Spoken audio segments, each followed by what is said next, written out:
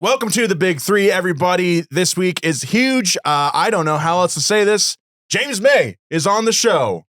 Hi. It's the biggest four it's ever been. Thank you for having me. Hey, you're welcome. Thank pleasure. you for being here.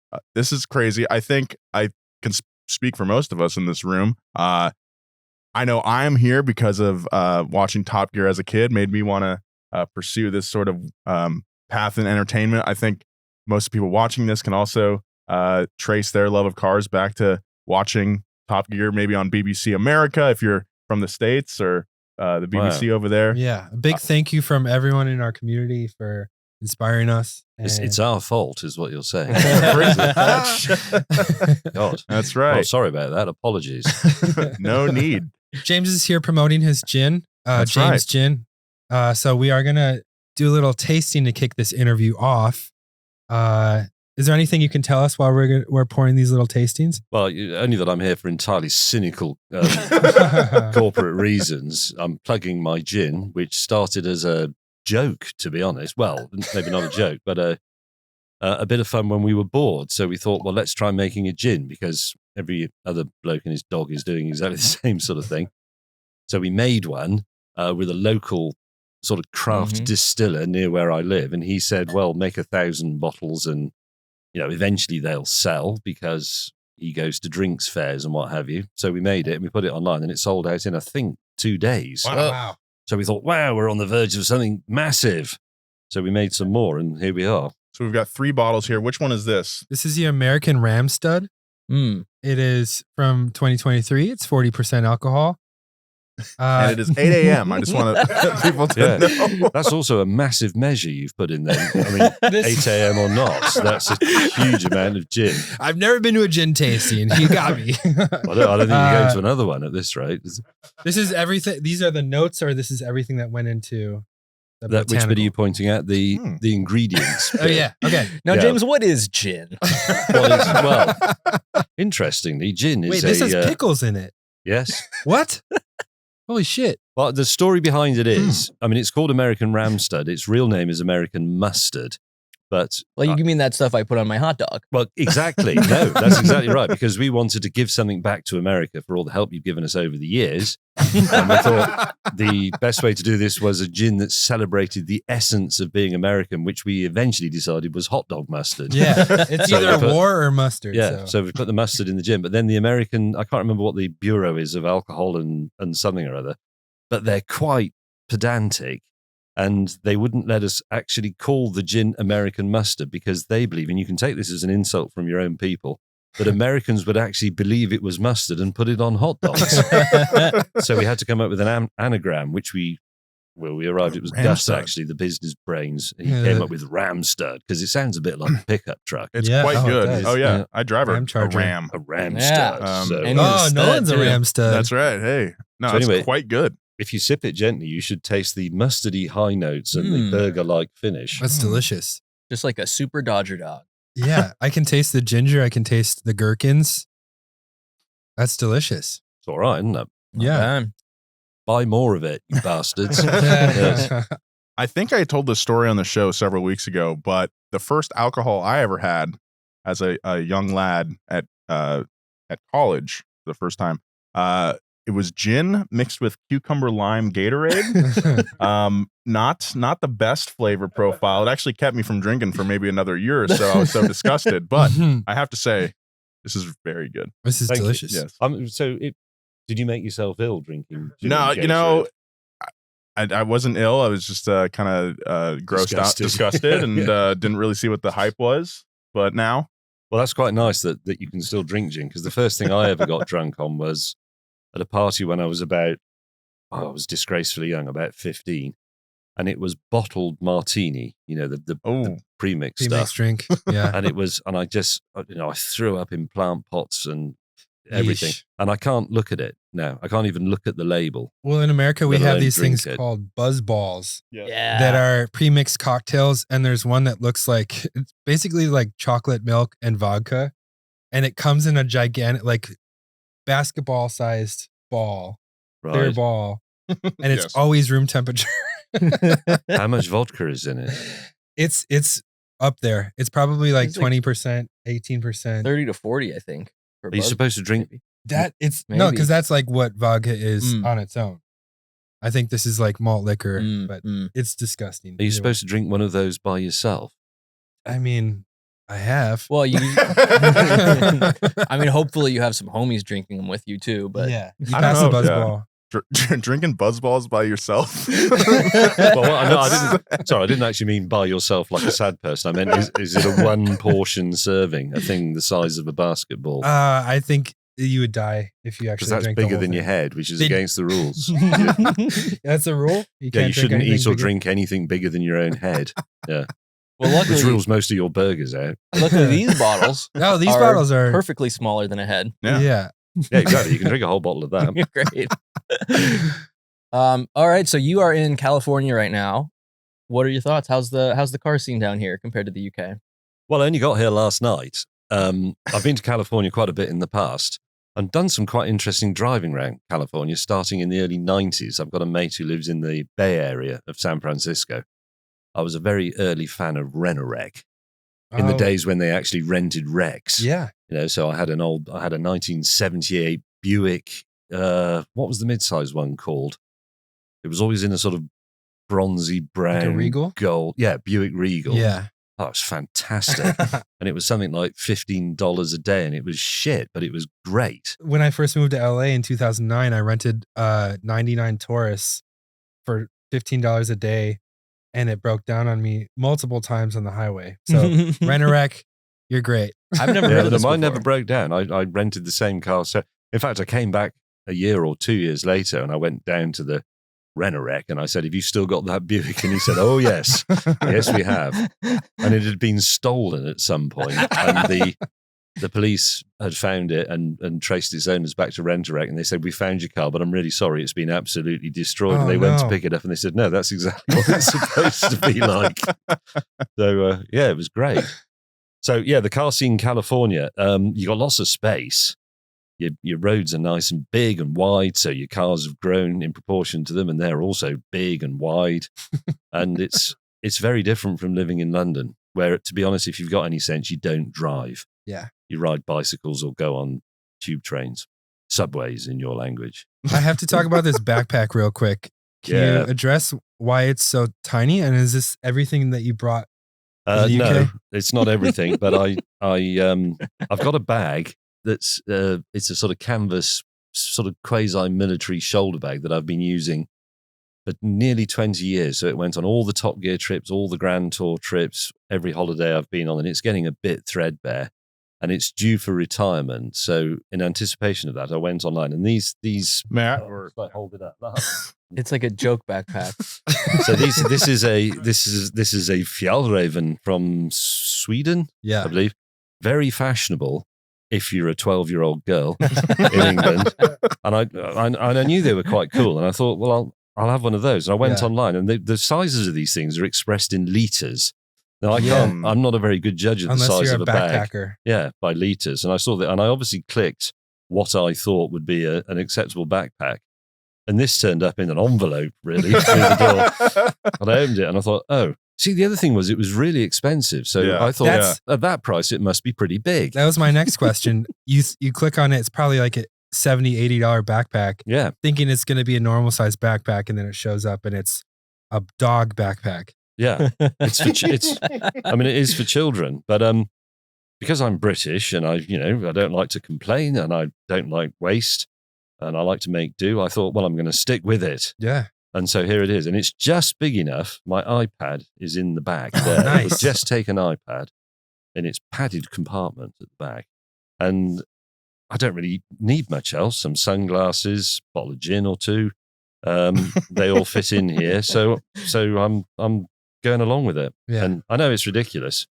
I mean, people mock me about it a lot and say, why are you walking along with a child's rucksack on, you idiot? You're 60. But, it works. I like it. And it was £75. Dang. £75 ought to be an enormous backpack. That's about, what's that in dollars? 90? Something like that. 45-liter backpack. Yeah, At least. Exactly. I thought this is everything I own will fit in here. So I understand you will be driving a Cybertruck while you're in California. Yes, in about 3 days' time, and I've never driven one. In fact, I've not actually stood particularly close to one yet. I've seen a few. There are one or two in the UK. We've seen 2 this morning, and I don't know, I'm very intrigued by it. It's the sort of Countach of our age, I think, not just because it's angular, but because it's like a DeLorean shocking. Countach. Yeah, DeLorean Countach, exactly. Yeah. So it's massive. Big. It's too big for Britain, so we can't really do big stuff. We went on a camping trip out to Death Valley in it, and it was terrifying only for the reason that we're in Death Valley and there's one charger in 100 miles. And so we were kind of tethered to that. So we really couldn't like put it through its courses. But I think you're going to be surprised at how it drives. It doesn't feel like a truck. I believe it has rear steering too. So it makes it pretty maneuverable in small kind of parking lots, right? Yeah, it's got up to a 10-degree angle on rear steering. From what I've been reading, that thing brakes a lot. There's been various reports of bits falling off. Yeah. Quite important bits like pedals. And stuff. Yeah, not trim. Yeah. But yeah, I think you owned a Tesla though, right? I do. I'm on my second Tesla. Yes, okay. I've got a Highland Model 3 now, and it's pretty good. I have to say, it's an appliance, but it really works. And I like electric cars, but it strikes me looking at stuff online that in the States, the Cybertruck is very divisive because you've got people, the fanboy types going on about how wonderful it is. And then you always get somebody chimes in that says, yeah, but my truck can do that, and they show it going, they show it going off road, and then they show it being rescued by a Dodge Ram or an F-150 or something. Hell yeah, Nolan. Is it any good off road?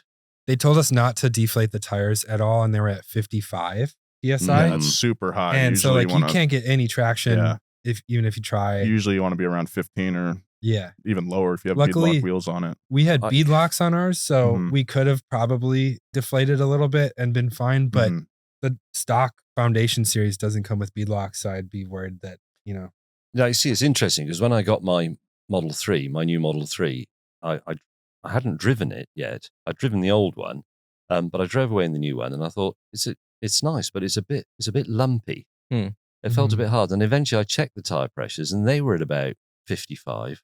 Yeah, and I think they do it because it's actually increasing the range slightly. Efficiency. Yeah. So I let them down to I think 38 front, 42 back, and it was just miles better. Yeah, only goes 300 yards on one charge now. Some people just know that they can save money on their car insurance by checking AllState first. Just like how you check a car title first before you buy a car. I just recently bought a truck.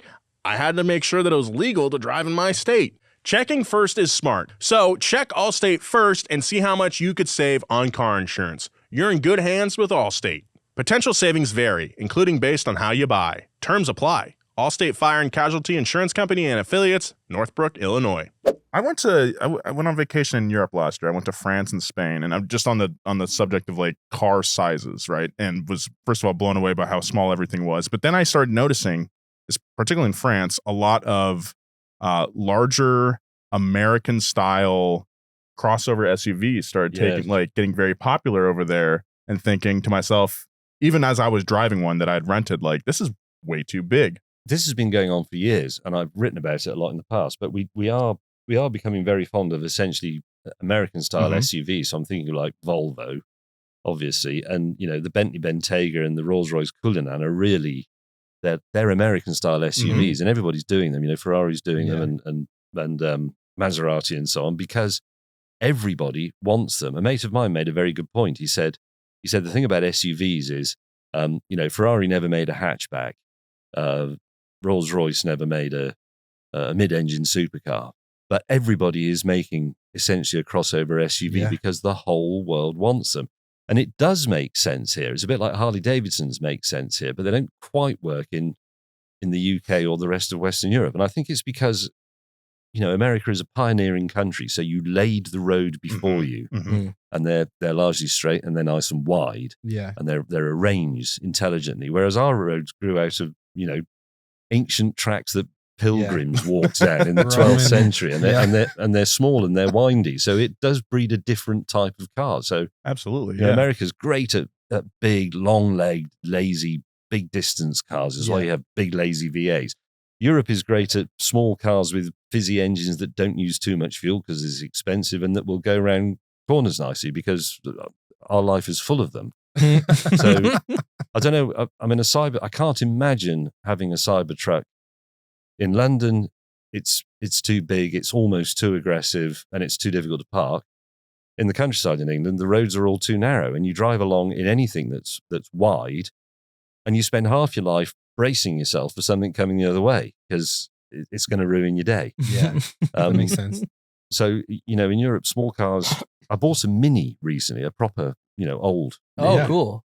And it's I say recently, it was actually last year, but it's amazing what a lovely quality real smallness is That's in a car. Wh- It's fantastic. I mean, it's lethal and it's uncomfortable and it's horrible and it rattles and it gives you backache and the pedals are in the passenger's side and it's just terrible in every single way. But its smallness is just fantastic. That's what I realized in our Civic shoot. I was Mhm. like, oh, like I've been going in the wrong direction trying to get these big V8s, huge cars. Yeah, It's dude, you fun were to talking just about buying have- an Excursion like 2 weeks ago. I know. I still might buy an Excursion. I don't know. But you see, even the Civic is not really that small anymore. Yeah, Yeah. I mean, especially not the new ones. yeah, that's Pretty true. much as big as Accords were back in the Mm. day. Mhm. Yeah, but yeah, those, Everything is getting bigger. We've been saying this for years, and it's the thing I like most about old cars. I'm not, you know, an evangelist about old cars. I think the modern world is largely better, but old cars were smaller, and they had fantastic visibility because they've got slim pillars Mhm. and Yeah. big glass area, and that's actually really nice. And I wish we could get that back. I don't understand why.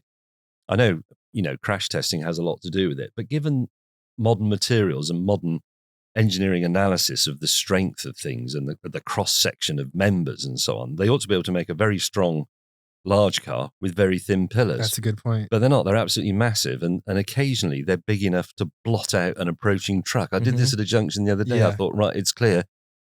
No, me, there's a there's a truck coming. You know, I did that to a cop in the Cybertruck because there's a full. good move.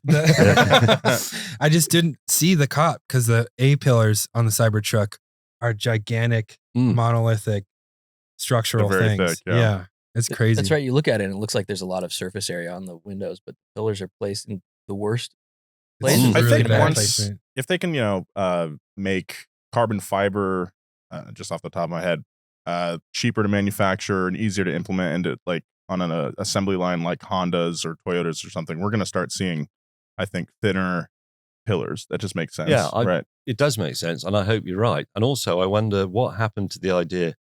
You go all the way back to the 50s, I suppose, to things like the Jetsons. All futuristic cars just had a bubble Dome. canopy like a Yeah. P-51, you Yeah. know, and there's no pillars at all. So I think, well, why can't we have that? Why can't the whole car be made out of see-through stuff? And then you can, Hell then you yeah. can look at the engine working, and you can also see. You know, it always bothers me in cars when you approach junctions or you're coming out of a parking space. You can't look down there. Yeah. Even on small cars, there's too much car in the way. But if it was all transparent, Every I'd car be- needs to be a McLaren Senna with the Yes. cutout in the door. Yeah. That's what it's for. Actually, that's I not a do bad really like idea. that. Yeah. Do you want more gin? Yeah, let's try. Why don't Yeah. we try another flavor? I understand there are 3 here on the table. Yeah. Which Yeah, you've had American mustard, as it's correctly called, and we're now allowed to call it mustard. They've relented. Right. So Ramstud. We don't have to call it Ramstud anymore. This is London Drizzle. This is the dry one. Yes, it's it's actually meant to invoke a very British sensation, which is walking out of your house to a warmish pavement, sidewalk, that has just been rained on. So Mm. So you get the it's petrichor, is it? petrichor. Yes. Yeah. And this has, let's see what we got here: juniper, coriander seeds, angelica root, licorice root, rosemary, caraway seed, ginger, bay, lovage, beetroot, and salt. That's great. It's the beetroot mainly that gives it the rainy quality. Oh yeah, it does smell rainy. I've still got Top it up. some. Oh. You have it because it's. I've got loads. So have you gotten sick of gin after this endeavor? Mm. No, weirdly, I haven't. I've I always drank it quite a bit. I'm a big fan of gin and tonics in the evening, Mm. and I still am. And if it's your own gin, you sort of, there's an extra frisson of satisfaction thinking, Yeah. this is mine. I'm a big dirty martini guy. So besides gin and tonic, what else would you use the gin in? Well, I've had a few martinis made with it. The mixologist at my pub has invented things like the Bloody May, which is like a Bloody Mary but made with my gin. Nice. And Bloody I do May, that, nice. but to be honest, I know I shouldn't say this, but I just drink it with tonic Yeah. and ice. If it And then- tastes good enough like this does, you just Yeah, keep it simple. a light tonic. Not a really sugary one because I think that interferes with the flavour. And I might, I'll put a piece of lemon in or lime, and occasionally I might experiment with something like a mint leaf or a slice of cucumber. You do a little muddling. A little muddling, yeah. And but that's about it, really. I'm a bit habitual about drinking. Yeah. Just keep it simple. Yeah. I have a question for my barber. I told him you're going to come on the show. He's a big fan. Would he like a haircut? Now, Carlos wants to know, you've been to Mexico as part of Briefly. brief episode segments. How come you've never done an episode just on Mexico? It's a very good question. I don't know. Well, possibly because Richard Hammond insulted them in the old days. Yeah. But it's actually, Mexico would be great to do one of our big, well, if we still did them, one of our big adventures because, there's great car culture. They make a lot of cars. Yeah. They're into it. There's lots of interesting stuff to see. The scenery is obviously fantastic. There's loads of great food. There's loads of great drink. I don't know why we've never done Mexico. I think if we kept going, it would probably have come up pretty quickly, mainly because we've been everywhere else. Yeah. But I've always wanted to go there for a holiday, actually. And so Sarah, my other half, but we still haven't done it. So you gotta go. Yeah, I do have to go. I've only been brief. I've been over the border into Mexico, but only for like a day and then left again. So I haven't seen anything. Yeah. And that's not the best part. No. Just over the border. No, of course it isn't. Yeah, Mexico's like got a Dover really in interesting England. car culture because, like you said, they make cars. There's supercar companies down there. They made the Volkswagens there up until Volkswagen Beetles until the mid 2000s. The Baja Bugs alone are. I was going to say also like the desert racing culture, especially in Ensenada, is like extremely strong. There's a bunch of shops down there that build insane trophy trucks and buggies and all that kind of stuff. Real racing culture down there. Yeah, we could have done that. We could have done one of our super trips in Baja buggies, essentially, but we just never did it. That's fun. It'd be really fun Sorry. to retrace like a. But you can do it now. We're not doing it anymore. Why don't you? Off you Oh, go. hey. Cool. Will you come That's with called us? the passing of the torch. Will I come with you? Possibly. I may drop in for a cameo role. Oh, that'd be fun. It'd be fun to recreate like the first Carrera Panamericana Yeah. from like Guatemala to El Paso, basically. Hell yeah. Yeah. Let's That'd be do really it. fun. Speaking of trips, I was just, kind of watching a bunch of clips last night over the weekend. And remembered back to Scandi Flick and the trip you got, the stunt in the tunnel.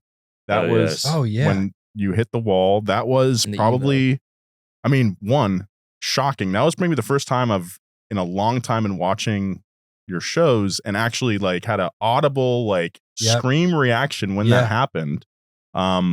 Besides that, were there any other times on your trips where you legitimately felt like close to, like you felt like you're going to die, I guess?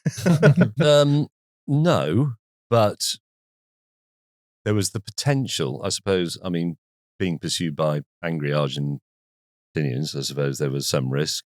There were various things we've done on water that never go very well. I was going to say also the boat trip.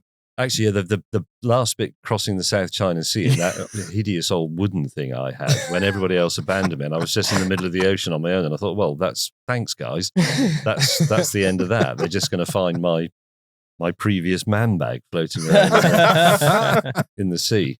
But on the whole, no, I think we did scare ourselves a bit, but I don't really think we were in serious danger apart from when it went wrong. So yeah, I did that in the tunnel. Richard Hammond obviously did it badly quite seriously a couple of times.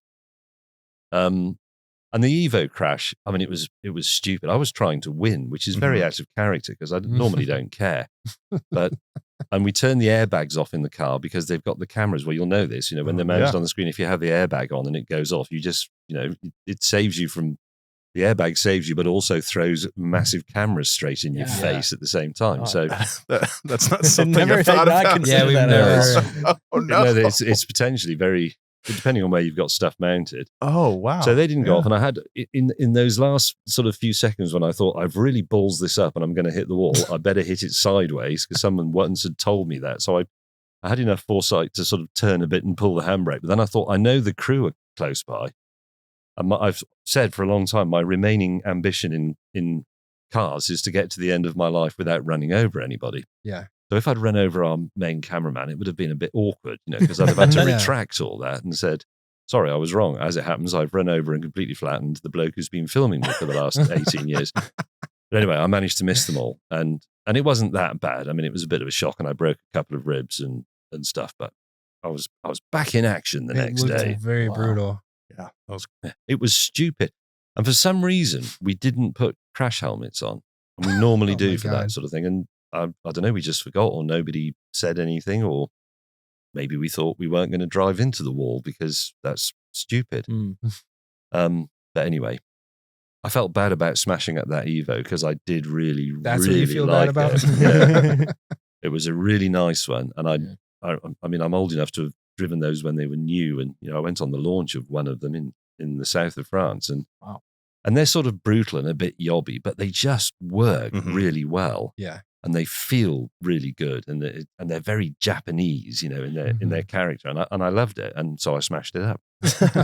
Did you get any sort of fan mail? I got a lot of hate mail. A lot of hate mail for that one? Oh wow. Yeah, from Evo owners or Evo owners in Britain are a pretty vocal group. They spend most of their time arguing about which edition of the Evo is the best one. Of course, yeah. But then they had something new to get worked up about, which is what a twat I am for smashing up the perfect, in my favorite color for it as well. I mean, it was just, it was lovely, but it's, were they worse than Reliant Robin fans? There aren't very many Reliant Robin fans left. I'm not sure there were that many fans in the first place. I think, but it was a bit of a default ownership thing, the Reliant Robin in Britain. Yeah. And it goes back to the time when people could drive three-wheelers on a motorcycle license. Because if you go back to the sort of 50s, a lot of working blokes had bike licenses, but not car licenses. So then when they had a family, traditionally they'd have got a motorcycle and had a sidecar fitted. Now they could have this car because it only had three wheels. And it's a big sacrifice to make when the alternative is just going and doing a relatively simple test. Let's be honest. And then you can have four wheels on your car and a reverse gear. The rules changed a bit over time. But no, we never really got that much kickback about the Reliance because most people, it's a national joke in Britain. The Reliant Robin. Right, because it goes back to the miners, right? Back in what was it, the 60s or so, and we did a whole piece on the Reliant Robin because we tested it. Also, we were like, is this actually as unstable as you guys said it was? And we found out, yes, absolutely, it is. Yeah, it is though. It's the world's greatest car football car. Because you can do what we used to do in the live show. I can admit this now. We never used to talk about it at the time, but we used to weld up the diff. Because then you can make them fall over at will. When we were doing the research for that, I found some insider information from some people who had worked on the shows, and like the welded diff, I was like, ours isn't going to have that. And I think the weight balance in the passenger compartment also could be tweaked with putting some ballast weights to make it flip. Things like that. And I was like, our car's not going to do that. That's fine. And then very last shot of the day, we had an extreme weight imbalance in the Robin, and that's how we tipped ours over. So yeah. Well, when we first used them in the live show, we knew they could fall over with a bit of provocation, and the guy, the impresario, if you like, the bloke who organised the whole thing, he was very keen that we should have a Reliant fall over because that would entertain the audience. So he came into the green room and he said, "Look, if one of you could, if you can turn the Reliant over on its side, we love that. In fact, the crowd will love it. And there's £50 in it for you." And he said, not knowing that we can do it with our eyes closed. So we said, all right, fair enough. And then we just went out, blam, blam, blam, blam, blam, blam. And he turned it back to the green room afterwards and had to give us each £350. It's great. And there was one, sorry, I get excited about this because I have very fond memories of car football. We played it in various things, but the Reliants were best because it's got a great shaped bonnet for doing a sort of chip shot into the goal, but also you can make them fall over. And you probably know this, they only really fall over onto their sides. By the time they've done that, all the energy is gone. But we had one attack on goal where Richard Hammond I was sort of passing it across, and Richard Hammond made a fast approach and turned to sort of shoulder it into the goal, if you like. And he did a really aggressive flip, and it went on its side, and it started to go on its roof. And I thought, I reckon if I just give him a little nudge, and I could see that he could see me coming, and his face said, yeah, go on, do it. And I just went up and went dunk, and it went all the way over and landed back on its wheels. It was fantastic. It was the best moment of our entire career together. Incredible. So chemistry is super important for stuff like this. Like, obviously, we've known each other for a long time. How early was it into Top Gear that you knew that you had kind of this chemistry and this lightning in a bottle? Well, people often ask me about that. I don't know, because I think if you look at the really early stuff, and I avoid doing this, it all seems quite wooden. But of course, it is over 20 years ago, and things in TV have changed a lot. There wasn't really any YouTube when we started. You know, that had a massive influence on the way you make TV. But I think we knew from a fairly early on that we sort of basically got on each other's tits a bit, which is actually the secret of chemistry. Yeah. I think you have to. I mean, I don't know what you lot are like when you're not making this. But we trade jabs a little bit. yeah, but I mean, you throw have barbs to. every now and then. No. There has to be a sort of almost a slight distrust bubbling away underneath. Yeah, to a little make it work. hostility. Yeah, it can't be. It can't be sort of. Hey, oh, you guys, Yeah. you know, because people just think, oh, no, that's not real. But then if you try to force that kind of, You can't force it either. No, it has to be just organic. I always say that. I mean, I've said this hundreds of times, but if we'd been at school together and we were the same age, which we're not, but we'd all been in the same year at school, we'd have been in different gangs. So we'd have sort of partly admired each other, but also resented at the same time. You know, that's how Hall and Oates met. They were in a knife fight in opposite gangs in Philadelphia. Really? Oh, really? John Oates, Hall and Oates, and they fought each other, and then they became friends after that. And then just sort of wrote some tunes and Yeah. other shit. Yeah. Oh, I didn't know that. Wrote That's right. We Sarah's never Smile had. We after never that. had any knife fights. Although I did try to kill Clarkson with a machete once, and there was a time when we went to the North Pole. I mean, that was a really gruesome trip. We wandered off together, and we were behind the place is full of big ice boulders, and we were behind one on a bit of the ocean that would melt in the spring. So Oh, we're God. effectively on the sea, not on the land. And he was there, I don't know, being overcome with hyperbole or whatever. And I had the shovel in my hands. And I remember thinking for a moment, no one would know, because eventually, he would just sink as the thaw came, and I could just pretend I'd been for a dump because I had the shovel with me, but I didn't, obviously. There's Yeah. definitely shoots like that where you're in it and you're having not a great time, but it comes out in the end and is a amazing either segment of the video or a segment of your episode or a whole episode. Are there any other shoots that you can remember where at the time you hated it, you wanted to go, but in the end turned out pretty well? No, I think on the whole we made our best stuff when we were actually having a slightly bad time, and the viewers enjoy that. Oh yeah, You can attest to that. Yeah, Definitely, Nolan. When Nolan is miserable, the video is generally very good. yeah. Yeah. That seems to be the formula we figured out. Yeah. Yeah, so I think there were various desert crossings, bits of camping, cars falling apart, washboard road, dust, stuff going wrong. Having to stay up incredibly late because we've miscalculated the distances and all that. And it did make us miserable. And I think the viewers like that because it generates better telly. And it also, there's a little bit of them thinks, well, it serves you right. You're having a nice time going around the world driving cars. But now look, you're in the middle of a desert being bitten to death. And it's great to see. And the same thing is true of cars. As a general rule, we had more fun and produced better material when we had really crap cars. I mean, it's great to drive a Ferrari or a Lamborghini, and you can go, "Well, hey, look at this." But if you're stuck in that Crosley I had, God, when we did the Eurotrash thing, it was so unbelievably bad. And it was terrifying. And I feared for my life when those trucks were going past and so on. But I know the viewers enjoyed it because it's just, ho, ho, look at May now, the daft sod. It's a little bit of like Schadenfreude. Yeah, a little bit, I think. But I mean, I do it when I watch the telly and I see people having a bad time. I sort of, a little bit of me thinks, serves you right.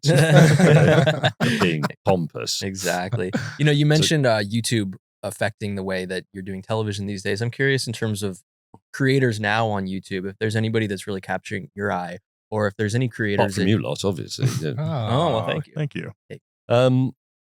Yeah, well, I've been, to be honest, I've watched a bit of car stuff recently, but this is really nerdy, but I've watched a lot of maker videos. I've been watching a lot of stuff, people making, just woodwork and building bicycles, putting engines back together.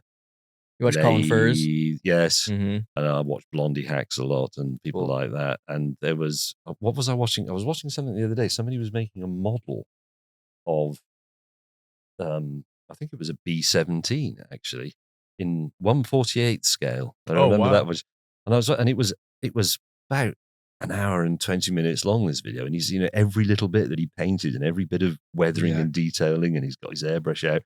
And I quite happily sat there and watched it because I thought, this is fantastic. Now, if you'd go back, say, 15 years and you'd presented that to a TV channel, said, I've got this massive model of a B-17, and I'm going to make it. Nothing else happens. You just put the camera there. Okay, don't need a director. And you just put the camera there and I'll do it. Public access television. I was just thinking about this last night. Being someone who's had a long and illustrious media career, what would you have any words of encouragement for people maybe trying to get into that line of work? Or don't do it. I think if you actually want to be, on camera doing things, the most important thing is to not try and be a TV presenter, because I still see people trying to do that, even, young people. And you don't need to do that. You don't need to speak in a particular way, in the same way that people on airlines, when they're telling you about their charity or that the luggage may have moved in the overhead locker, you don't have to speak like someone on an airline. You don't have to go, please be careful when opening the overhead locker because something. And I was thinking, you don't talk like that down the pub, presumably, or at home. Just talk normally. So that would be my first tip. Turn up on time, stick to the brief, speak normally. People appreciate it. Great advice. That is great advice. And the interesting, if I can just drone on about this for a bit, is early on when I was working for the BBC, so I'm talking about probably 2006, I was doing a science program for them. In fact, I came to the States to do some stuff about the space program. Oh, that's cool. And the BBC had just done a deal with YouTube. And they rang me up whilst I was doing it. And they said, oh, can you do some funny bits outside of the regular? Do some funny bits and we'll put them on YouTube. And I said, well, if we manage to do some funny bits, we'll put them in the show, because that's where but they had this, a lot of people did this, not just the BBC. They had this idea that mainstream television, which was still pretty stuffy at that point, would somehow have an influence on things like YouTube and Vimeo and streaming and, what would become Instagram and TikTok and so on, where it was so obviously the other way around. The way people independently would make videos for YouTube and social media would affect real in inverted commas TV, which is exactly what's happened. And it's very healthy, actually, I think. Which is interesting because there's also a lot of, I would say, traditional media TV influence on the way people are making these their longer videos these days, 22 minutes plus, even straight up borrowing in quotes or even straight up stealing concepts from like MTV or whatever and making their videos that way. I mean, it's all the same medium, right? It's, cameras, people talking, voiceover, everything. It's just kind of the philosophy or just maybe the intention behind it. It's the way you package it too for your viewers. I see, because I think, going back into the past again, there was the so-called magic of TV, and there was a definite protocol for doing it, and the people who were in TV knew about how you put shots together and you edited things to make the story work. But of course, everybody understands that now because everybody can effectively make TV. You can make it with your phone. And I was making a thing the other day. It's a new show I'm making, which is sort of about making things and inventing things and mending things. So it's very sort of basic shed stuff. But I was doing something on a lathe, and then we were doing something with woodworking tools, and the cameraman and the director keep saying, "Oh, we need a cutaway of that. We need a cutaway of your finger on that button." And I wanted to say to them, "You don't need to do that because people don't need that reassurance anymore. You can just do it. People, it's like in the Top Gear, long before we were on it. If ever anybody got into a car, started it, and drove away, you'd see their hand open the door. Yeah. You'd see the key go in, a little puff of smoke from the exhaust pipe. You see the wheels start to turn. Very formulaic. Yeah, but we don't do that anymore because people know that you get into a car and start. But wait, How did they start that car though? Why is the car moving? Why is it Well, on? how do you get in the car in the first place? Yeah, though? exactly. But it's almost as if we couldn't work that out, but Yeah. actually we can. And people still get worked up about it. They say, "Well, you had your coat on just now." And I say, "Yeah, but people take their coats off." Yeah. No one's going to go, "Hell, I was really enjoying this show, but his coat's not on anymore. I'm turning it off and going and doing What something happened to else." continuity? Yeah. Why is this backpack so small? Yeah, exactly. What we used to call the otherwise excellent program was, for me, ruined by the size of James's backpack or this guy's face not being in it. I think people don't really watch as carefully as we do. No. You get in the edit and you think, no, but most people are just watching telling you. They're also Jim. smarter. Like we have to give them credit for understanding stuff that we don't have to spell out every little detail. Yeah. You Speaking shouldn't of insult their intelligence. No, It's a right. mistake. Yeah, exactly.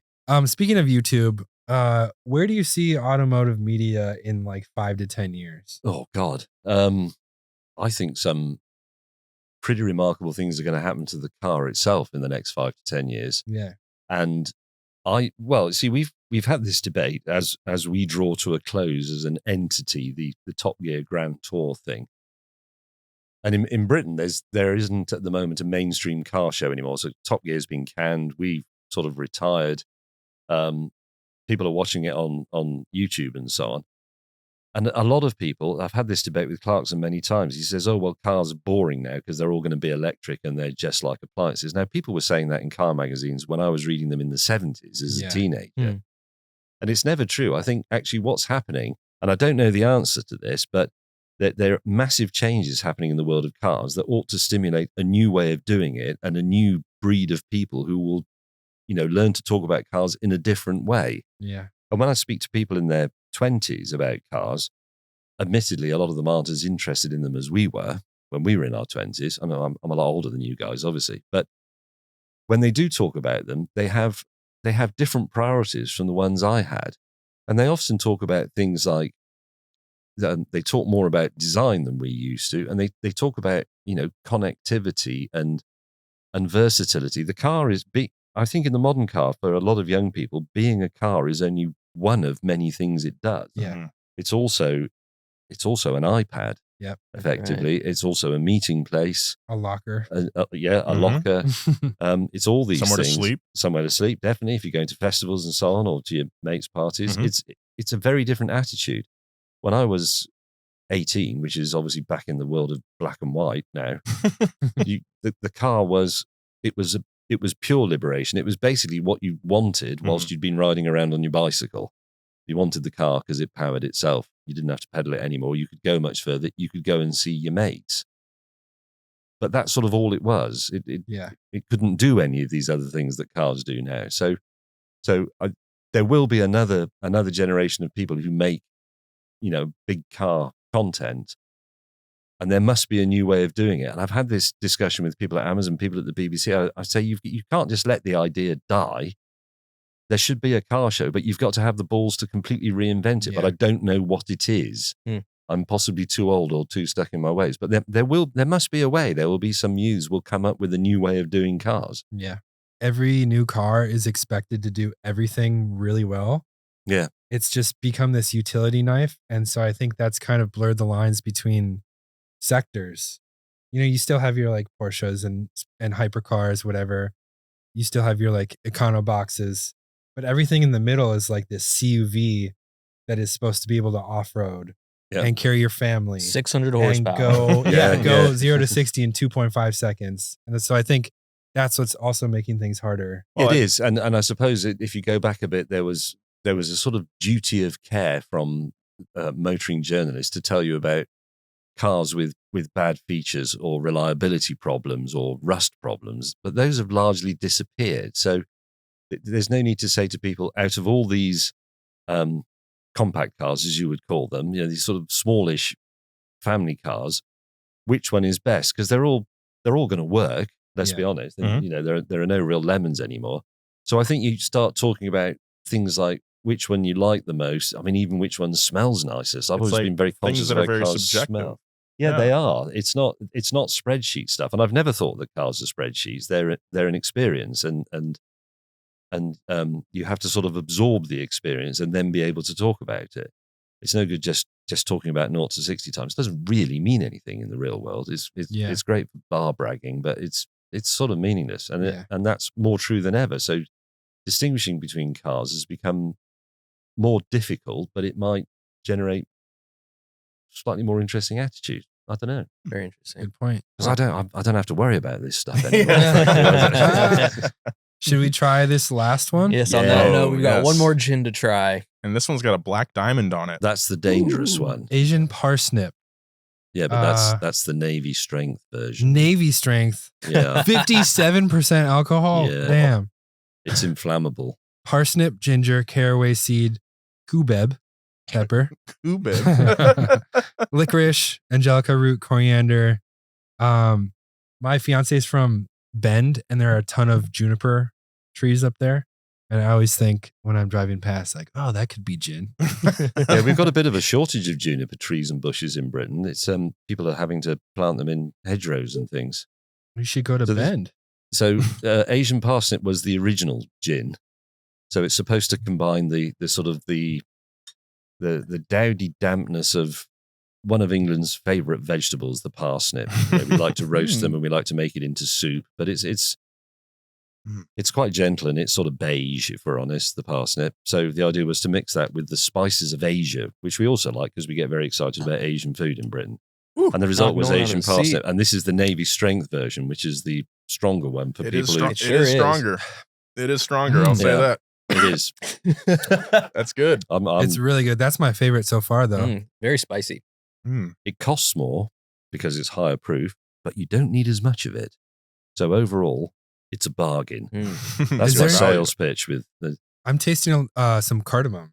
There's some cardamom in there. Wow. It's got spices. But you should also be able to taste the slight nutty sweetness of the good old English parsnip.